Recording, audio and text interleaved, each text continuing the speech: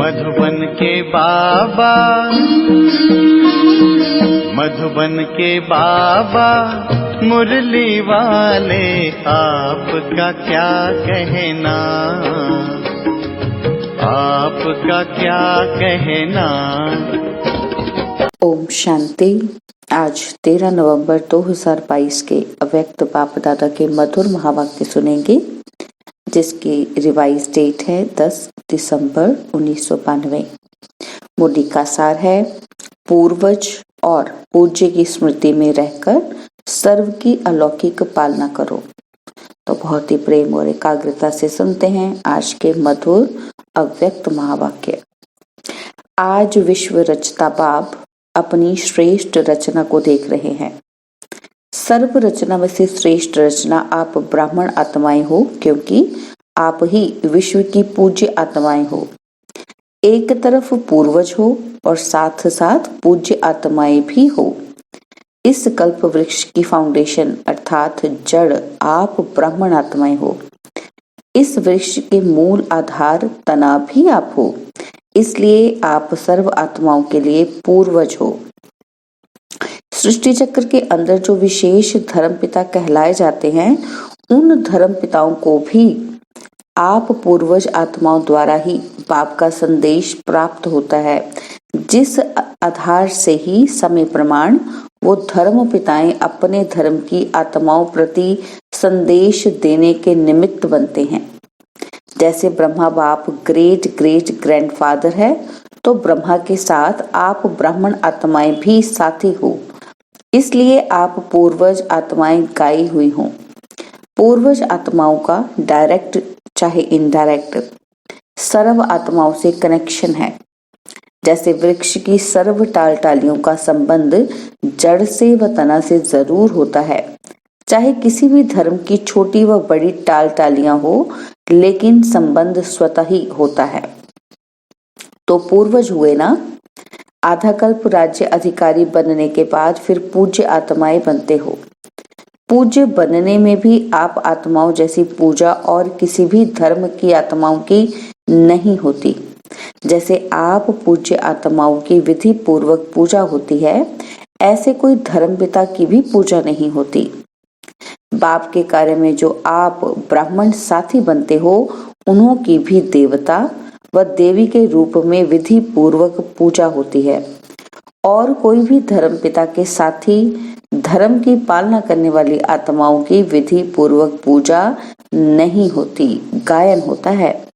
Statue बनाते हैं, उनकी मूर्ति बनाते हैं, लेकिन आप जैसे पूज्य नहीं बनते। आपका गायन भी होता है तो पूजा भी होती है। गायन की विधि भी आप ब्राह्मण आत्माओं की सबसे न्यारी है। जैसे आप देवताओं का गायन बहुत सुंदर रूप से कीर्तन के रूप में होता है, आरती के रूप में होता है, ऐसे अन्य आत्माओं का गायन इसी प्रकार से नहीं होता। ऐसे क्यों होता? क्योंकि आप श्रेष्ठ रचना, पूर्वज और पूज्य हो। आदि आत्माएं आप ब्राह्मण आत्माएं हो, क्योंकि आदि देव ब्रह्मा के सहयोगी श्रेष्ठ कार्य के निमित्त बने हो। अनादि रूप में भी परमात्मा के अति समीप रहने वाले हो। आत्माओं का जो चित्र दिखाते हो, उसमें सबसे समीप आत्माएं कौन सी दिखाते हो? उसमें आप हो। तो अनादि रूप में भी अति समीप हो, जिसको डबल विदेशी कहते हैं, नियरेस्ट और डियरेस्ट। ऐसे अपने आप को समझते हो। तो पूर्वज का काम क्या होता है? पूर्वज सभी की पालना करते हैं, बड़ों की पालना ही प्रसिद्ध होती है। तो आप सभी पूर्वज आत्माएं सर्व आत्माओं की पालना कर रहे हो, पापा पूछ रहे हैं, या सिर्फ अपने आने वाले स्टूडेंट्स की पालना करते हो, या संबंध संपर्क वाली आत्माओं की पालना करते हो? सारे विश्व की आत्माओं के पूर्वज हो, वह सिर्फ ब्राह्मण आत्माओं के पूर्वज हो। तो देखो, बाबा हमसे पूछ रहे हैं कि आप किसकी पालना करने वाले हो? सिर्फ संबंध वालों की, अपने स्टूडेंट्स की, अपने परिवार वालों की, या सिर्फ ब्राह्मण आत्माओं की? तो बाबा कहते हैं जो जड़ व तना होता है ना, वह सारे वृक्ष के लिए होता है। बस सिर्फ अपने लिए तना नहीं होता है, होता है अपने लिए तनाव? सब टाल टालियों के लिए होता है ना। तो जड़ अथवा तना, सारे वृक्ष के पत्तों को पानी मिलता है उससे, बस सिर्फ थोड़ी टाल टालियों को मिलता है? सबको मिलता है ना। तो लास्ट वाले पत्ते को भी मिलता है। इतना बेहद का नशा है, वह बेहद से हद में भी आ जाते हो। बाबा कहते कितनी सेवा करनी है, हर एक पत्ते को पानी देना है, अर्थात सर्व आत्माओं की पालना करने के निमित्त हो। तो किसी भी धर्म की आत्माओं को मिलते हो, वह देखते हो, तो हे पूर्वज आत्माएं, ऐसे अनुभव करते हो कि सब आत्माएं हमारे ग्रेट ग्रेट ग्रैंडफादर की वंशावली हैं। तो ये भी तो बाबा के बच्चे हैं ना। तो हम ब्राह्मण आत्माएं भी मास्टर ग्रेट ग्रेट ग्रैंडफादर हैं, अर्थात पूर्वज हैं। ये सब हमारे हैं हमारे, बस सिर्फ ब्राह्मण आत्माएं हमारी हैं। तो बाबा कहते जब भाई भाई कहते हैं तो आप पूर्वज आत्माएं बड़े भाई अर्थात बाप समान हो। इस स्मृति को ही प्रैक्टिकल लाइफ में अनुभव करना है और कराना है।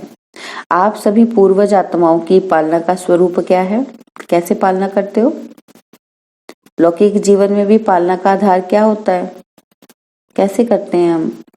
पालना करना अर्थात किसी को भी शक्तिशाली बनाना, किसी भी विधि से, साधन से पालना द्वारा शक्तिशाली बनाते हैं। कैसे? चाहे भोजन द्वारा, चाहे पढ़ाई द्वारा। कहते हैं ना बच्चों को लालन पालन करते हैं हम, तो क्या करते हैं? उनके भोजन का ध्यान रखते हैं, उनकी पढ़ाई का भी ध्यान रखते हैं।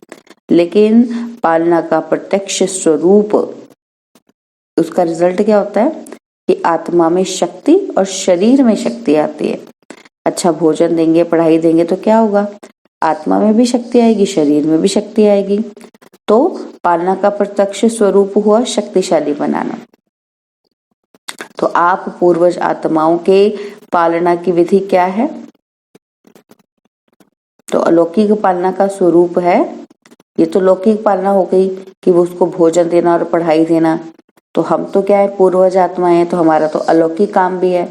तो बाबा कहते हैं अलौकिक पालना का स्वरूप क्या है कि स्वयं में बाप दादा द्वारा प्राप्त हुई शक्तियां अन्य आत्माओं में भरना। तो बाबा अलौकिक में जो शक्तियां दे रहे हैं उनका दान करना, उनसे दूसरी आत्माओं को पालना करनी उनकी। तो जिस आत्मा को जिस शक्ति की आवश्यकता है उसकी उस समय उस शक्ति द्वारा पालना करना। ऐसी पालना करनी आती है? पूर्वज तो हो ना। तो सभी पूर्वज आत्माएं हो कि छोटे हो? सभी पूर्वज हैं या कोई कोई विशेष आत्माएं हो? तो पूर्वजों को पालना करनी आती है ना। सिर्फ सेंटर की पालना करते हो या सारे विश्व की आत्माओं की पालना करते हो? पूछ रहे हैं बाबा। सिर्फ प्रवृत्ति की पालना करते हो या विश्व की पालना करते हो? सिर्फ अपने घर परिवार की गृहस्थियों की पालना करते हो या पूरे विश्व की पालना करते हो? ये भी बाबा पूछ रहे हैं। देखो बाबा का प्रश्न कितना सटीक है। अलग अलग प्रश्न में अलग अलग लेवल की बाबा हमें चेकिंग करने के लिए कह रहे हैं। तो वर्तमान समय आप पूर्वज आत्माओं के पालना की सर्व आत्माओं को आवश्यकता है। वर्तमान समय में बाबा कहते सबको आपकी पालना की आवश्यकता है। तो समाचार तो सब इंटरेस्ट से सुनते हो कि क्या क्या हो रहा है। तो इसमें बाबा ने स्पेशली अयोध्या की घटना की बाबा ने जानकारी दी है, डिस्कस किया है। तो बाबा कहते वहां की देखा है आपने, घटना के समाचार सुन रहे हैं, मिल रहे हैं। तो लेकिन पूर्वज आत्माओं ने समाचार सुनने के बाद सर्व की पालना की। देखो बाबा कह रहे हैं तो अशांति के समय आप पूर्वज आत्माओं का और विशेष कार्य स्वतः ही हो जाता है। तो अशांति के टाइम में क्या है, जो हम रूटीन में करते हैं, सबको देते हैं सकाश, वो तो करना ही है सेवा। तो बाबा कहते हैं अशांति के टाइम में आप सबको विशेष और स्पेशल कार्य अपने आप ही मिल जाता है। तो किसी को कहने की या बाबा को बोलने की बार बार जरूरत नहीं है। तो बाबा कहते हैं तो हे पूर्वज, अपनी पालना की सेवा में लग जाओ। तो जैसे अशांति के समय विशेष पुलिस और मिलिट्री समझती है कि हमारा कार्य है, अशांति को शांत करना ऑर्डर द्वारा पहुंच जाते हैं और ऐसे टाइम पर विशेष अटेंशन से अपनी सेवा के लिए अलर्ट हो जाते हैं। मिलिट्री पहुंच जाती है ना, वहां पर रेड अलर्ट हो जाता है। तो आप सबने हलचल का समाचार तो सुना, लेकिन सेवा में अलर्ट हुए व सुनने का ही आनंद लिया। अपना पूर्वजपन स्मृति में आया तो सभी आत्माओं की शांति की शक्ति से पालना की, या यही सोचते रहे कि यहाँ यह हुआ वहां वो हुआ, बस यही बातें बोलते रहे। तो विशेष आत्माओं की ऐसे समय पर सेवा की अति आवश्यकता है। अपनी वृत्ति द्वारा, मनसा शक्ति द्वारा विशेष सेवा की,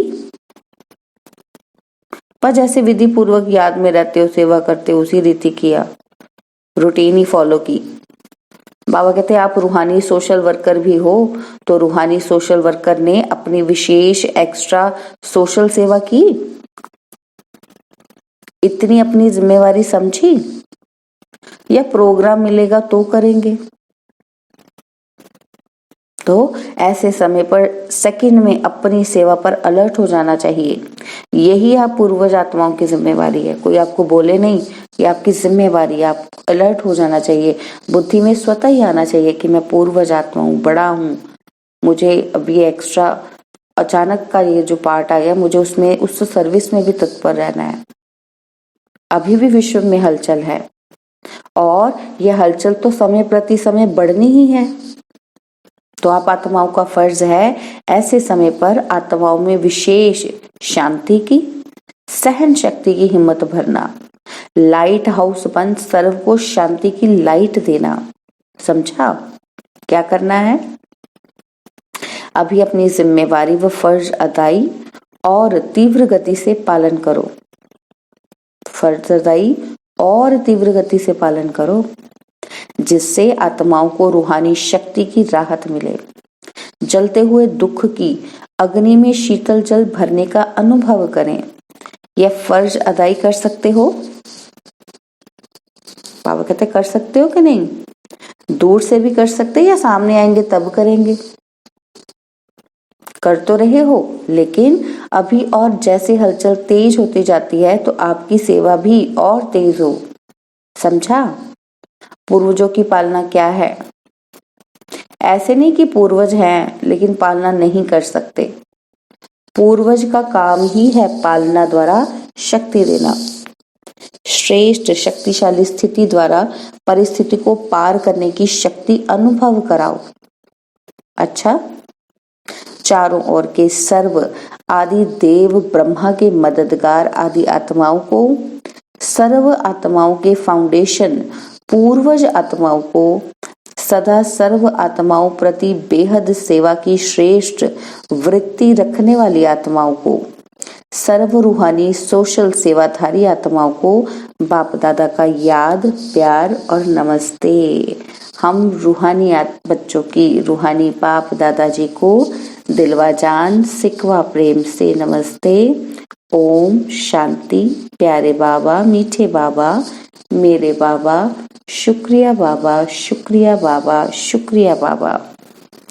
दादियों से मुलाकात किया बाबा ने, तो बाबा कहते वर्तमान समय अशांत आत्माओं को शांति देना यही सभी का विशेष कार्य है। रहमदिल बाप के बच्चों को सर्व आत्माओं के प्रति रहम आता है ना? तो रहमदिल क्या करता है? रहम का अर्थ ही है किसी भी प्रकार की हिम्मत देना, निर्बल आत्मा को बल देना।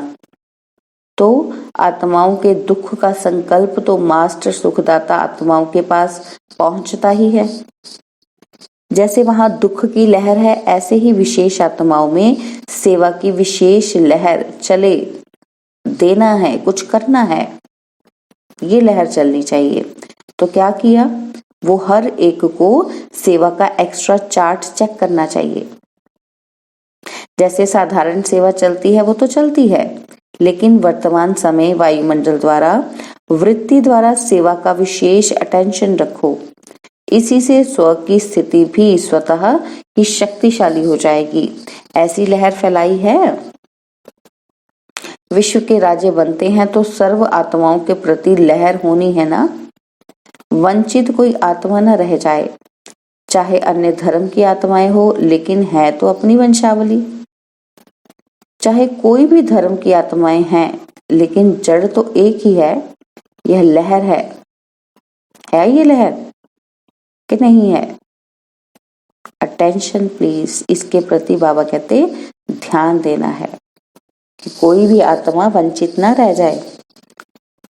जिसको सेवा की जरूरत हो उस तक सेवा पहुंचनी चाहिए। तो चाहे कोई भी धर्म की आत्माएं हो, बाबा कहते है तो अपनी वंशावली। तो अव्यक्त बाप दादा की पर्सनल मुलाकात है। तो बाबा उनको कहते हैं कि व्यर्थ के प्रभाव में आने वाले नहीं, अपना श्रेष्ठ प्रभाव डालने वाले बनो। किसी और का हमारे ऊपर ना आ जाए प्रभाव, बल्कि हमें अपना श्रेष्ठ प्रभाव उन पर डालना है। तो सदा अपने को पुरुषार्थ में आगे बढ़ने वाली आत्मा हूं ऐसा अनुभव करते हो। पुरुषार्थ में कभी भी ठहरती कला, कभी उतरती कला ऐसा नहीं होना चाहिए। कभी बहुत अच्छा, कभी थोड़ा अच्छा, ऐसा नहीं। सदा बहुत अच्छा, क्योंकि समय कम है और संपूर्ण बनने की मंजिल श्रेष्ठ है। तो अपने भी पुरुषार्थ की गति तीव्र करनी पड़े।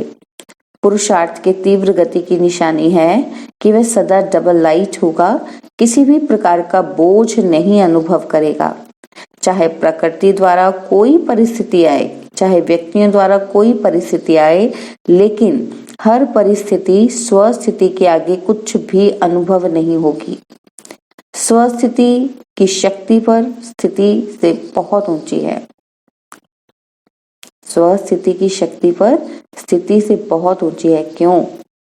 परिस्थिति से बहुत ऊंची है, क्योंकि स्व की स्थिति होगी तो परिस्थिति से तो वो अगर ऊंची होगी तो वो स्थिति को पार कर लेगी। बाबा कहते क्यों? ऐसा क्यों है?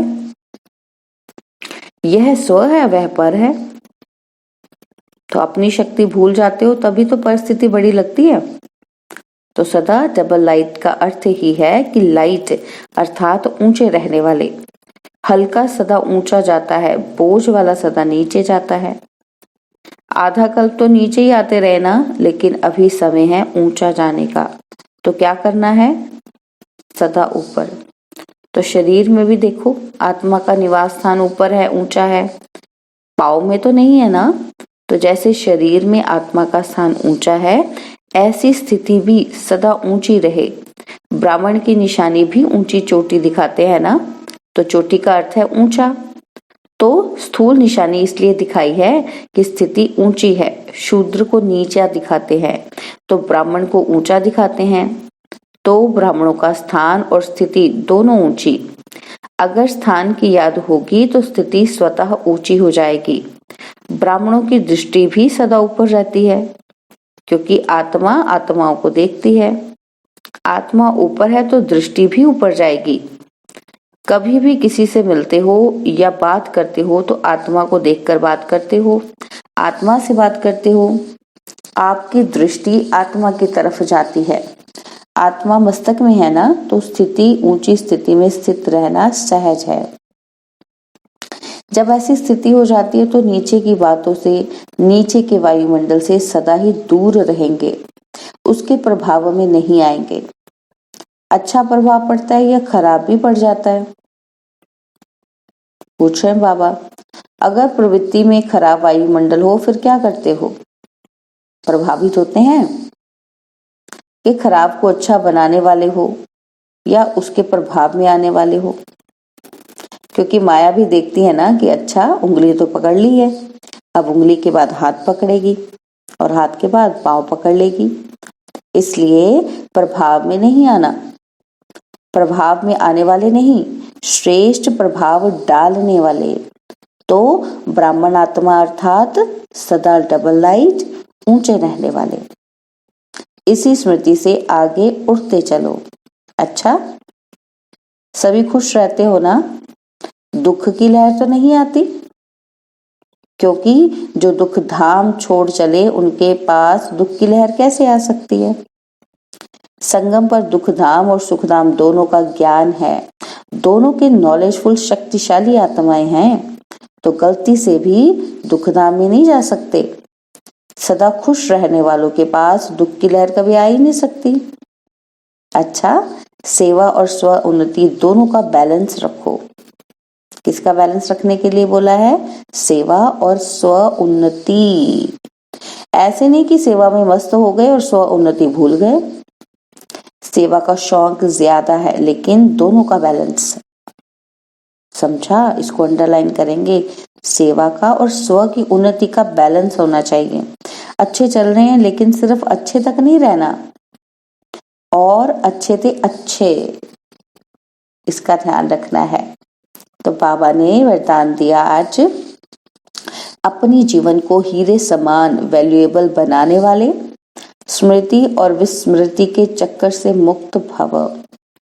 अपनी जीवन को हीरे समान वैल्यूएबल बनाने वाले, स्मृति और विस्मृति के चक्कर से मुक्त भव। यह संगम युग स्मृति का युग है और कलयुग विस्मृति का युग है। अगर अपने श्रेष्ठ पाठ, श्रेष्ठ भाग्य की सदा स्मृति है तो हीरे समान वैल्यूएबल हो, और अगर विस्मृति है तो पत्थर हो। यह स्मृति और विस्मृति का खेल है। संगम युग के रहवासी कभी कलयुग के चक्कर लगाने जा नहीं सकते। अगर थोड़ा भी बुद्धि गई तो चक्कर में फंस जाएंगे, क्योंकि कलयुग में बहुत रौनक है, डिस्ट्रैक्शंस बहुत हैं। तो लेकिन ये रौनक धोखा देने वाली है। स्लोगन है, अपनी कर्मेंद्रियों को लॉ और ऑर्डर प्रमाण चलाने वाले ही सच्चे राजयोगी हैं। अपनी कर्मेंद्रियों को लॉ और ऑर्डर प्रमाण चलाने वाले ही सच्चे राजयोगी हैं। ओम शांति। और अब यह एक बहुत अच्छी वीडियो भी जरूर देखें।